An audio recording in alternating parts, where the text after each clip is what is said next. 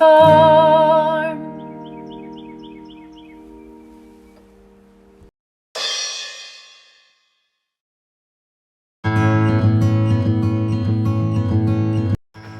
Hey y'all, good morning. Looking back to my videos, I've noticed I've not updated you about the heifers in a while. So this morning I'm going to take a minute to do so. Of course, theirs are registered.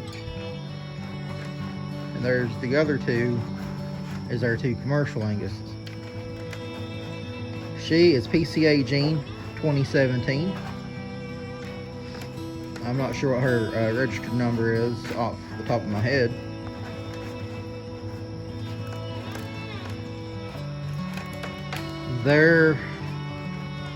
I'd say they're probably close to being about a yearling now, because there's about 10 months when we bought them a couple months ago.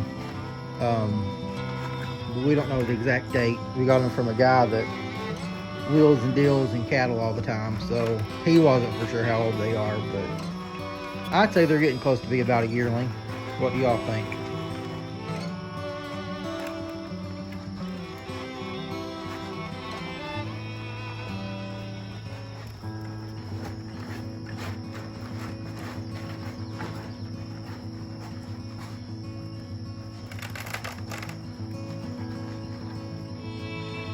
She won't be a yearling until the end of this year. I think she's about 9 months, if I'm not mistaken. I've got to look back at her records and see.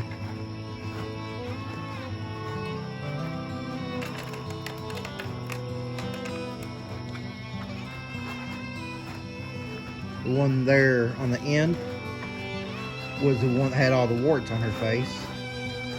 On this side too, as you can see, they're all cleared up now. She got some on top of her head, but she looks a lot better now. Hardly any on her. She's got that one couple right there,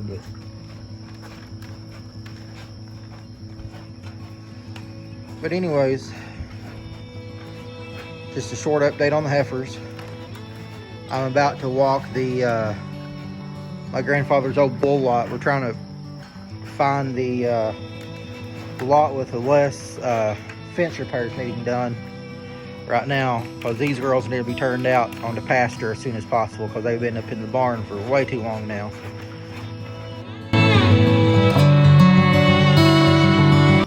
Hey y'all, so if y'all saw in a few videos back when I was over here trying to get this old head gate working again, you remember all the vines and stuff that was on it? Well, my stepdad ripped those off because I'm allergic, highly allergic to poison ivy. So he ripped all those off. And as you can see here,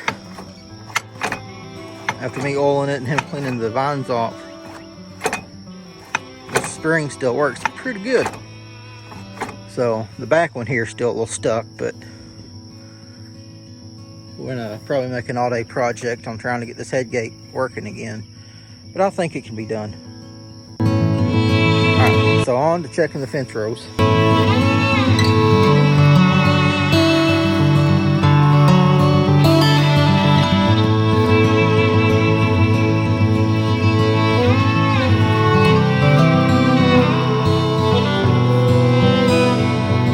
There's our heifers again.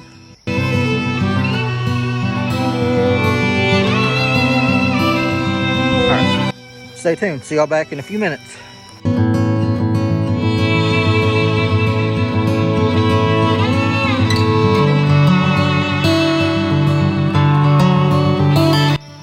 Alright, this here was my grandfather's old bull lot, where he would wean all the bull calves and stuff. It goes way down there. There's a little ravine down there with the spring. So I'm just going along around here,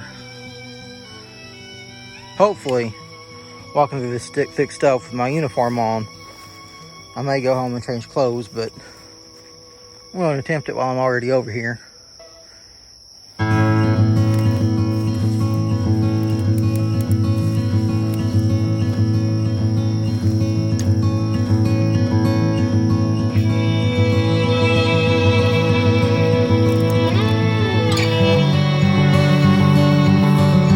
said before, for some of y'all that don't know, this was my grandfather's old farm.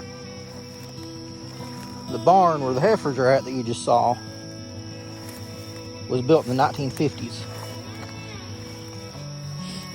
So that's when his farm started. There's a big old gap right there. It needs to be fixed. Anyways, his farm started in the 1950s. He had sheep at one point too, but the registered Angus farm didn't start until, I believe my uncle told me, his Sunday school teacher, there's another big old gap all the way down there, in the mid-70s, when his Sunday school teacher introduced my grandfather to Black Angus. And then after that, my grandfather was hooked. So in 1979, my grandfather became a lifetime member of the American Angus Association. And due to his age and health, he had to sell out of his Angus in the mid-1990s. And he passed away in 2003. I was 13 years old when he passed away. But I was just a little kid when he had the cattle. I don't remember him working them. I do remember the cattle, but I don't remember ever him working them. And my uncle, he had, when they sold out of Angus, he introduced Senegus into the herd. And had a Senegus over here for a little while. I'm not sure how long he had Senegus, but sorry, I'm just rambling while I'm looking at this fence here. But my uncle had Senegus over here for quite a while, and then he sold out of those. And then we had a guy who we got our previous bull from, or our current bull, John Eads, over at Hidden Springs Angus Farm, just down the road in Maynardville, Tennessee. He leased this farm out for a little while and ran some registered Angus over here. Then another guy kind of leased it out from us and just had a bunch of mixed cattle over here at one time. So there has been cattle throughout the years since my grandfather was living, but the head gate, the actual working process of his farm, has not been worked since my grandfather. So I'm sure some of y'all was confused about that earlier, so I thought I'd clear that up real quick. So that's why all these cross fences and fence rows are in such need of repair, because my grandfather, his last Angus cattle is probably 26 years ago, was when my grandfather last farmed this land, back around probably 1995, 96, somewhere around in there probably. I don't know the exact dates and exact years, because like I said, I was just a little kid. And what I do know, my mother and uncle has told me. So, anyways, I'm gonna stop jabbering. I transferred my grandfather's American Angus Association member to the farm, transfer life member, so we are now a life member of the American Angus Association. And I kept my grandfather's farm name S&O because that was my grandparents' initials, Shirley and Otha. So after 26 years, S&O Farm is now back in the registered Angus business. And I know most of y'all already know that, but I'm just letting the new people that's never seen these videos before, just letting them know. So anyways, enough of me rambling. I'm going to continue chicken fence rows. I'm not sure exactly where this fence ends, because there's a spring right there. I'm not sure how far back this fence row goes.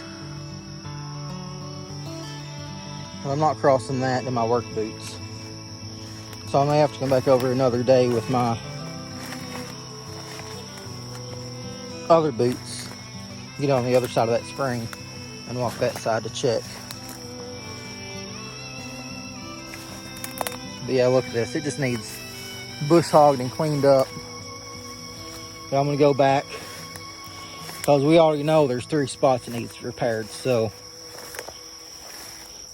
far this looks like the best lot to turn them out in. Because the other lot, the whole entire fence row's out. So anyway, I'm gonna get over there and I'll catch back up with y'all in a few minutes.